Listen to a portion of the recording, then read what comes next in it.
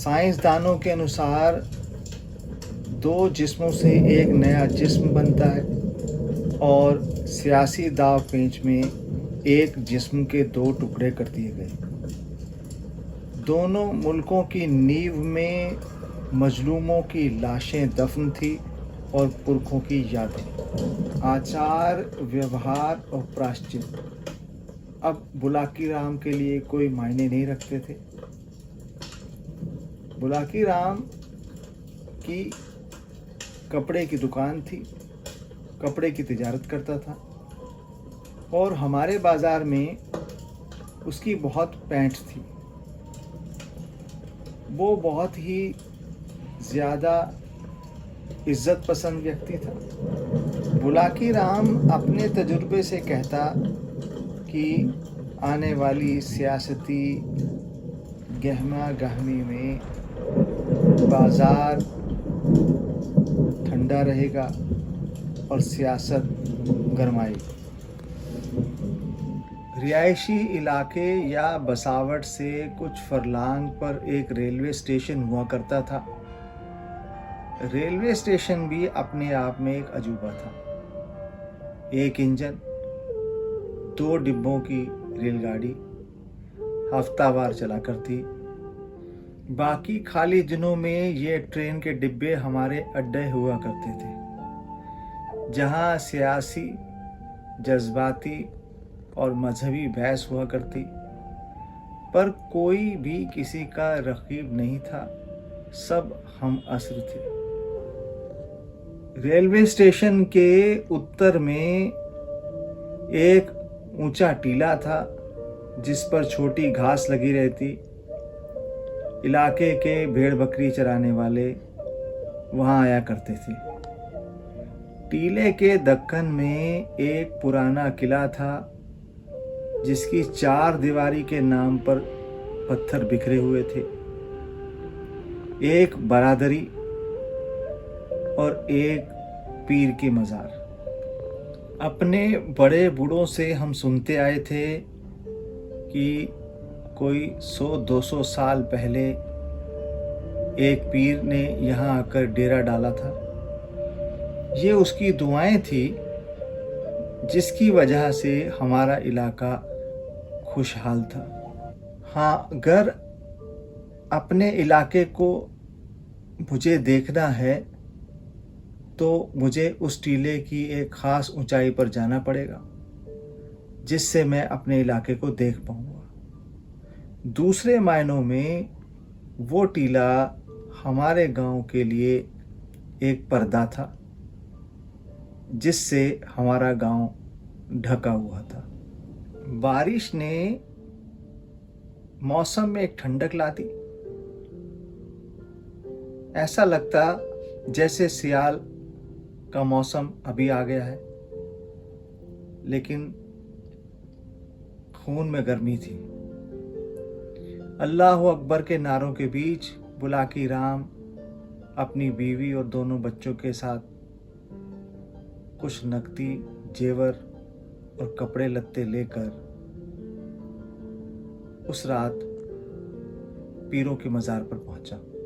बारादरी में हुकूमत मियाँ अपनी बीवी फौजिया और 4 औलादों के पीछे बची एक औलाद चांद बीबी के साथ पहले से ही डेरा डाले हुए था।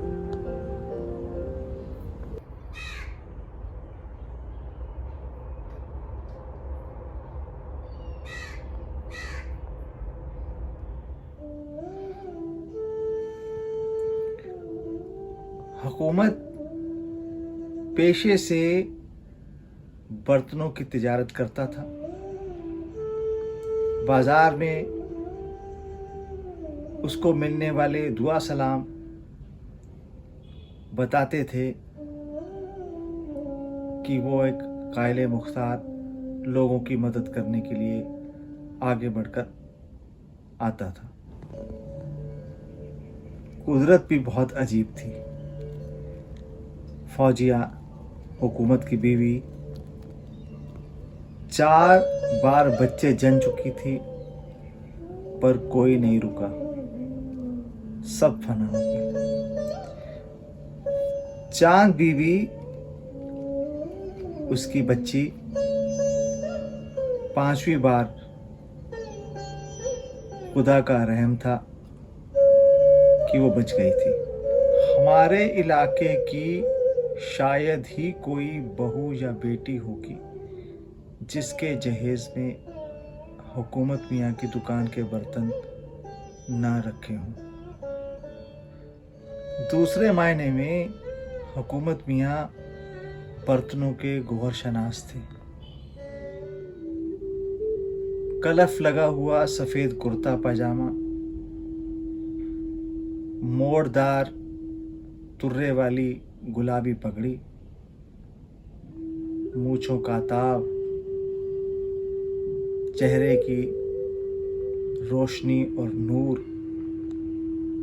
हाथ में छड़ी और पाँव में चमकदार जूते। ये पहचान बुलाकी राम की थी। आज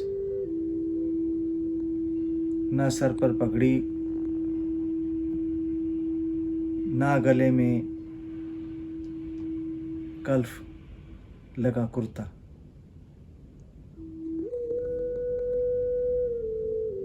एक ही रात में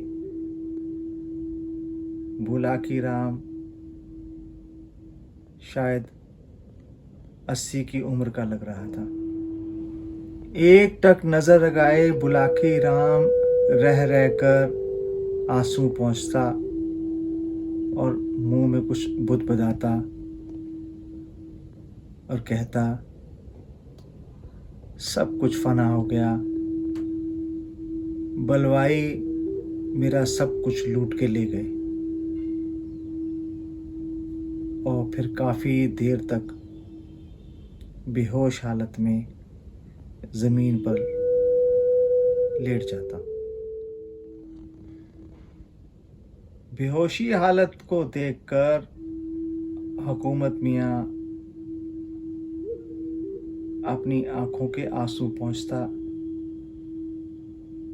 और बुलाकी राम के दोनों हाथों को पकड़कर अपनी तरफ, अपने सीने की तरफ लगाकर कहता, यारा जान है ते जहान है। एक दूसरे के राजदां बुलाकी और हुकूमत रोशन दिमाग थे, रोशन ज़मीर थे। हुकूमत और बुलाकी के परिवारों ने अपना खालीपन दूर करने के लिए पहले अपने दुख साझे किए, तकलीफ़ साझी की और धीरे धीरे समय ने करवट ली और दोनों परिवारों ने अपनी रोटी और बेटी भी साझी कर ली।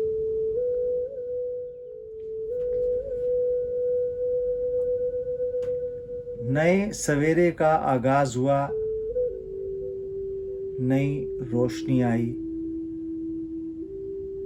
दोनों परिवारों ने अब रिसालत हासिल कर ली थी।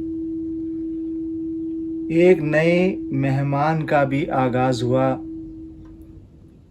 बुलाकी ने उसका नाम नूर रखा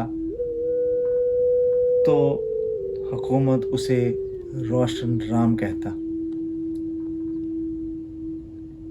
उस नन्हे फरिश्ते ने दोबारा से वहदानियत को हासिल करवा दिया था। अब उन पीरों की दरगाह पर एक नया चिराग रोशन किया गया।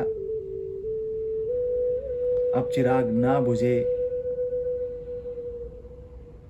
इस पर ज़्यादा तवज्जो और तवक्को देने की बारी थी।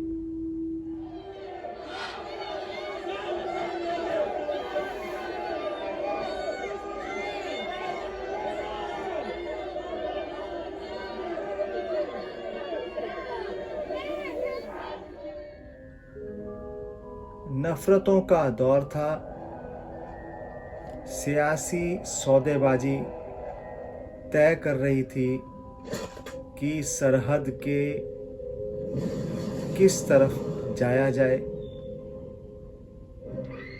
कौमों के बीच नफरतों की फसलें बोई जा रही थी। इस सूरत हाल में मुझे यह तय करना था कि मैं सरहद के इस पार महफूज हूँ या उस पार।